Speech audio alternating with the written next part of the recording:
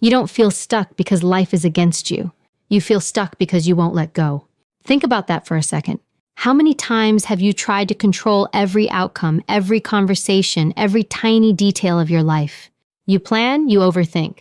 You replay things in your head again and again, hoping that somehow this time you'll get it right.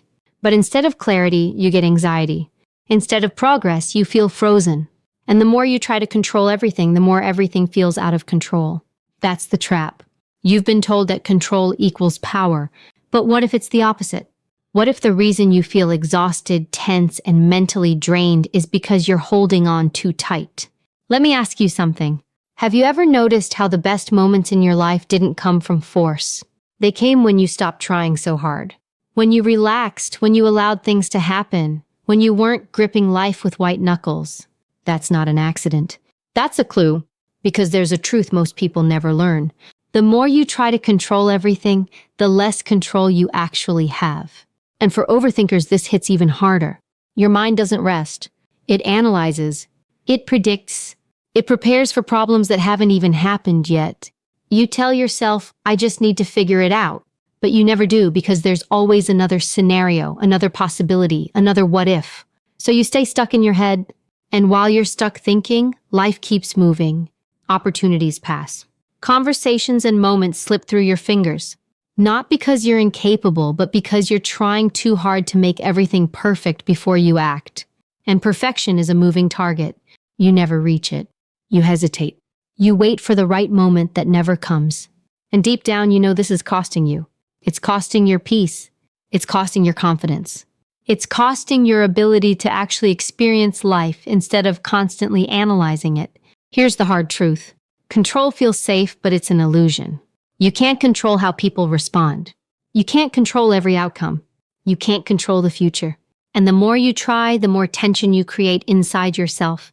It's like trying to hold water in a clenched fist. The tighter you squeeze, the faster it slips away. So what do? Do you just give up? Do you stop caring? That's not what letting go means. Letting go isn't weakness. It's not passivity. It's not whatever happens, happens. It's something much more powerful than that. It's learning where your control actually ends and where life begins. And when you understand that, something shifts.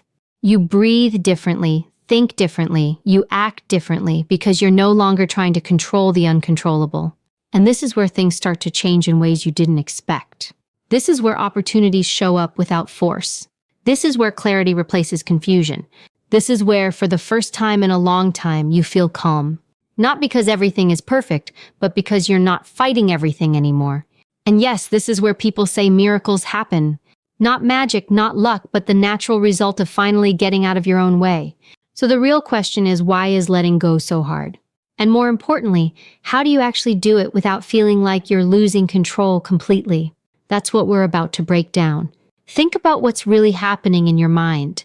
When you overthink, when you replay conversations, when you imagine every possible outcome, you're not trying to control reality.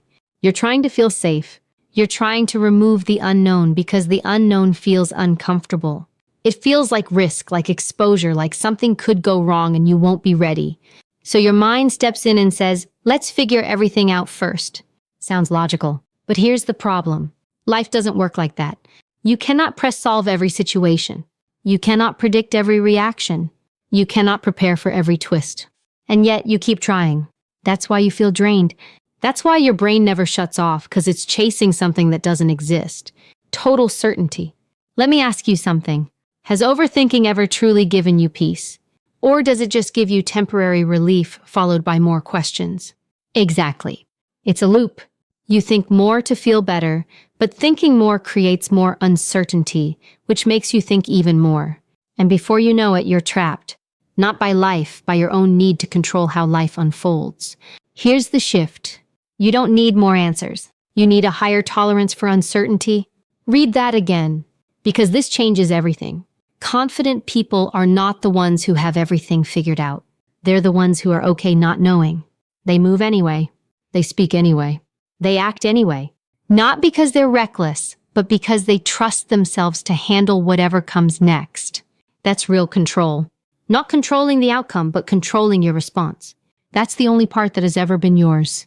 And when you finally accept that, something inside you relaxes. You stop trying to predict everything. You stop needing guarantees. And instead you start living. Takeaway. You don't need to eliminate uncertainty to feel calm. You need to become comfortable inside it. This one is uncomfortable, but it's the truth. Your need to control everything is rooted in fear. Fear of failure, fear of rejection, fear of looking stupid, fear of things not going your way. So what do? You try to manage the risk. You think if I plan enough, if I analyze enough, if I get everything just right, then I won't get hurt. But that's not protection. That's avoidance. Because no matter how much you plan, you cannot avoid discomfort completely. It's part of life. And the more you try to escape it, the more power it has over you. Let me paint a single picture. Imagine you're about to send a message to someone. You type it, then you retype it, then you adjust the wording again and again. Why? Because you're trying to control how they respond.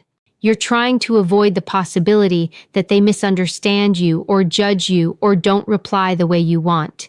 But here's the reality. You could craft the perfect message and still not control their reaction. So what was all that effort for?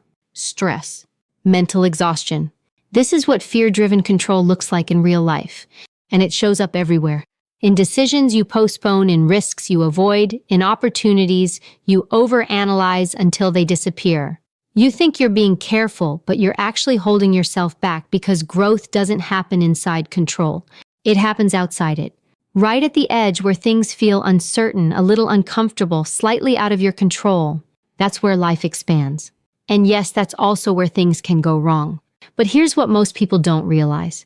Things going wrong are often the exact moments that move your life forward. They teach you. They redirect you. They force you to grow. But if you avoid them completely, you also avoid the growth. So you stay stuck, safe, but stagnant, busy in your mind, but going nowhere in reality. And deep down, you know that's not what you want. You don't want a perfectly controlled life. You want a meaningful one.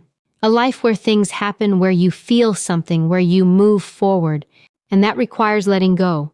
Not all at once, not blindly, but intentionally, step by step, moment by moment, choosing to act even when you don't have full control, choosing to trust even when there are no guarantees, because that's where freedom is. Take away the need for control is just fear trying to keep you small. And you don't overcome it by thinking more, but by stepping forward anyway. Here's the pattern. Decision? Your brain says, wait, think more. So you pause, then you think, then you doubt, then you think again, and suddenly a simple decision becomes mentally exhausting. Now here's the truth you need to hear. Clarity does not come before action. Clarity comes from action. Read that again, because this is where everything flips. You've been waiting to feel ready before you move. But readiness is created after you move, not before.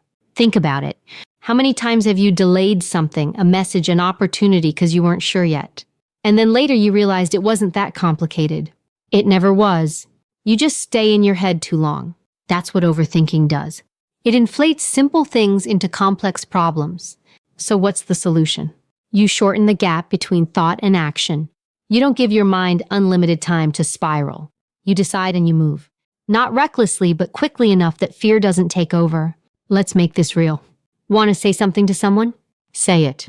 You want to try something new? Start it. You're unsure about a decision? Pick a direction and adjust as you go. Because movement creates feedback, and feedback creates clarity. Sitting still creates nothing but more questions. This doesn't mean you'll always get it right. You won't. But you'll get something better. Progress. And progress builds confidence, not perfection. Progress. So next time you catch yourself stuck in your head, don't ask, what's the perfect decision? Ask, what's the next small move I can make right now? Then do it immediately. That's how you start breaking the cycle. Takeaway. You don't think your way into clarity. You act your way into it. Most people misunderstand this completely. They think letting go means trusting that everything will work out perfectly, that life will go exactly how they want, that things will always fall into place. That's not trust. That's wishful thinking. Real trust is different. It's quieter, more grounded. It's not everything will go my way. It's whatever happens, I can handle it. Feel the difference. One depends on the outside world behaving a certain way. The other depends on you. Your resilience, your ability to adapt, your capacity to move forward no matter what. That's real power. Because when you trust outcomes, you become fragile. If things don't go as planned, you break. You spiral. You go right back into overthinking and control. But when you trust yourself, you become flexible. Things change, you adjust. Something doesn't work, you learn. Something unexpected happens, you deal with it. No panic, no paralysis, just movement. And this is where something interesting happens. When you stop trying to control every outcome, you actually perform better. You show up more naturally. You speak more freely. You make decisions faster. Why? Because you're not carrying the pressure of this has to go perfectly. You just present. Presence is powerful. It allows you to respond to life as it happens. Instead of trying to predict it from a distance, let me ask you something. Have you ever noticed how relaxed people seem to get better results? They're not tense. They're not forcing things. They're not overthinking every move. And somehow things just flow for them. That's not luck. That's what happens when you stop interfering with every moment. When you stop gripping life so tightly. When you trust yourself enough to let things unfold and handle them as they come.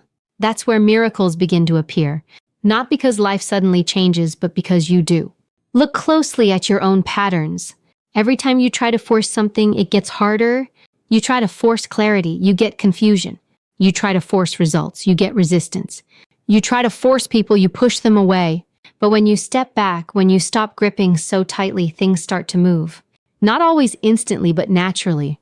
That's the key word, naturally. Because life has its own timing, its own rhythm. And the more you fight that rhythm, the more friction you feel. This is why overthinkers are constantly exhausted. Not because life is hard, but because they're fighting life at every step, trying to speed it up, trying to control it, trying to predict it instead of flowing with it.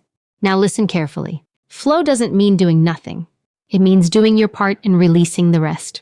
You act, you give your effort, but you don't sit there trying to control what happens after, because that part was never yours. Let me give you a simple shift you can apply immediately. Instead of asking, how do I make this work? Start asking, what is the next right step, and can I let go after I take it? That second part matters because most people take action but then immediately grab onto the outcome again. They send the message that overthink the reply. They take the opportunity, then stress about the result. They make a decision, then question it nonstop. That's not letting go. That's temporary action followed by permanent control. And it keeps you stuck. Real growth happens when you act and then release.